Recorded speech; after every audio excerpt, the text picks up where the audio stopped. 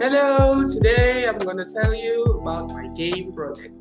So, this game name is Makan Krupuk. Like its name, this game is about lomba makan krupuk, usually at lomba 17 Agustus.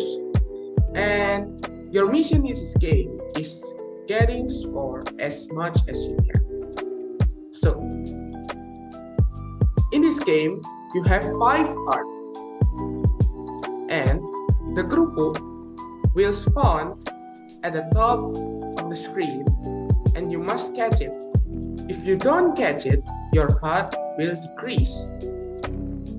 And if your heart goes to 0, you will lose the game. And to play again, you can press C. Let me show you.